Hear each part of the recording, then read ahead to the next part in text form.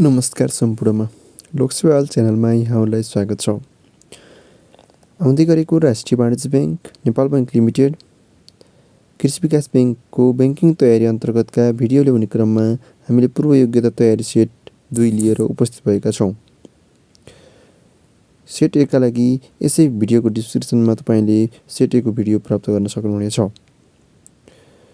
Banking तयारीको भरपर्दो channel लोकसेवामा राष्ट्रिय वाणिज्य ब्याङ्क र कृषि विकास ब्याङ्कको पूर्व योग्यता तयारी सेट अन्तर्गत आजका प्रश्नहरू हामीले 10 वटा प्रश्न लिएर आएका छौँ।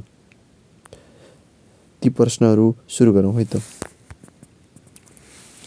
प्रश्न नम्बर 1, बैंक तथा वित्तीय संस्था ऐन 2073 अनुसार 10 वर्षदेखि चल्ती नभएको वा यस ऐन बमोजिम हक दाबी नपरेको निक्षेप रकम कति वर्षसम्म लिन बुझ्न नआएमा सो रकम राष्ट्र बैङ्कको बैङ्किङ विकास कोषमा जम्मा गर्नुपर्ने हुन्छ। अप्सन ए 15 वर्ष, अप्सन बी 10 वर्ष, अप्सन सी 20 वर्ष, अप्सन डी 18 वर्ष। जसको सही राइट एन्सर हो अप्सन सी 20 वर्ष। प्रश्न नम्बर 2, अदालतको आदेश बमोजिम राष्ट्र बैङ्कले कम्तीमा कतिजनालाई लिक्विडेटर नियुक्तिको सिफारिस गर्नुपर्नेछ? अप्सन ए 2 जना, अप्सन बी 4 जना, अप्सन सी 3 जना, अप्सन डी रिक्त पदको दोब्बर। यसको राइट एन्सर हुन्छ अप्सन सी 3 जना। अर्को क्वेसनतर्फ लागौँ।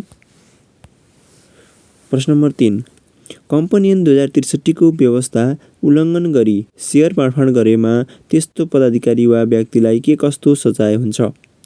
अप्सन ए रु 30,000 सम्म जरिमाना, अप्सन बी 40,000 सम्म जरिमाना, अप्सन सी 50,000 सम्म जरिमाना, अप्सन डी 60,000 सम्म जरिमाना।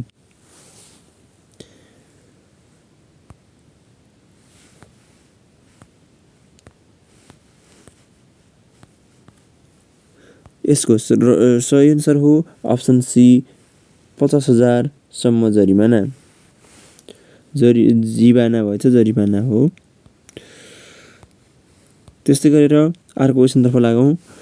पब्लिक कम्पनीमा कम्तीमा कतिजना सञ्चालक रहने व्यवस्था छ? अप्सन ए 3 जना, अप्सन बी 2 जना, अप्सन सी 4 जना, अप्सन डी 5 जना। कम्पनी ऐन अन्तर्गत सोधिएको प्रश्न हो यो। त्यसैले गर्दा यस ऐनमा अन्तर्गत यसको राइट एन्सर हो अप्सन ए 3 जना। यदि बैंक तथा वित्तीय संस्थामा भनेमा कम्तीमा 5 जना भन्ने हुन्छ भने यसमा पब्लिक कम्पनी भनेकाले 3 जना भएमा पब्लिक कम्पनी स्थापना गर्न सकिन्छ। अर्को क्वेसनतर्फ लागौँ। नेपाल राष्ट्र बैङ्कले जारी गर्ने सरकारी ऋणपत्र कति प्रकारका हुन्छन्? अप्सन ए 2 प्रकारका, अप्सन बी 3 प्रकारका, अप्सन सी 4 प्रकारका, अप्सन डी 5 प्रकारका। नेपाल राष्ट्र बैङ्कले जारी गर्ने सरकारी ऋणपत्र 3 प्रकारका हुन्छन्। 4 प्रकारका हुन्छन्, अर्थात् यसको उत्तर हो अप्सन सी 4 प्रकार। अर्को क्वेसनतर्फ लागौँ। प्रश्न नम्बर 6, नेपाल राष्ट्र बैङ्कले जारी गर्ने सरकारी ऋणपत्र तलका मध्ये कुन चाहिँ होइन? Option A treasury bill, option B विकास ऋणपत्र, अप्सन सी नागरिक बचत पत्र, अप्सन डी राष्ट्रिय ऋणपत्र। दिएका अप्सनमध्ये यसको सही उत्तर हो अप्सन डी राष्ट्रिय ऋणपत्र नेपाल राष्ट्र बैङ्कले जारी गर्ने सरकारी ऋणपत्र अन्तर्गत पर्दैन। क्वेसन नम्बर 7 तर्फ लागौँ। इजाजत प्राप्त वाणिज्य बैङ्कले कुल कर्जा लगानीको कृषि क्षेत्रमा गर्नुपर्ने कर्जा प्रवाहको सन्दर्भमा कुन मलाई गलत छ? 14% 2081 असार मसान्त, अप्सन बी 12% 2079 असार मसान्त, अप्सन सी 15% 2080 असार मसान्त, अप्सन डी 15% 2082 असार मसान्त। जसअनुसार दिएका अप्सन मध्ये अप्सन सी गलत एन्सर हो, अर्थात् 15% 2080 असार मसान्त गलत एन्सर रहेको छ। क्वेसन नम्बर 8 तर्फ लागौँ। वित्तीय जानकारी कार्यदल FATF को प्रधान कार्यालय कहाँ रहेको छ? Option A New York America, option B Paris France, option C London university kingdom, option D Copenhagen Denmark. दिएको अप्सन मध्ये FATF को प्रधान कार्यालय पेरिस फ्रान्समा रहेको छ। प्रश्न नम्बर 9 तर्फ लागौँ।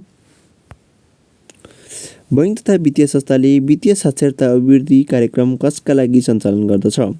अप्सन ए आफ्ना ग्राहकका लागि, अप्सन बी सरसरणका लागि, अप्सन सी महिला तथा बालबालिकाका लागि, अप्सन डी आफ्ना कर्मचारीका लागि। दिएका अप्सन मध्ये यसको राइट एन्सर हो अप्सन बी सरसरणका लागि। प्रश्न नम्बर 10 तर्फ जाउँ। आजका लागि अन्तिम प्रश्नतर्फ।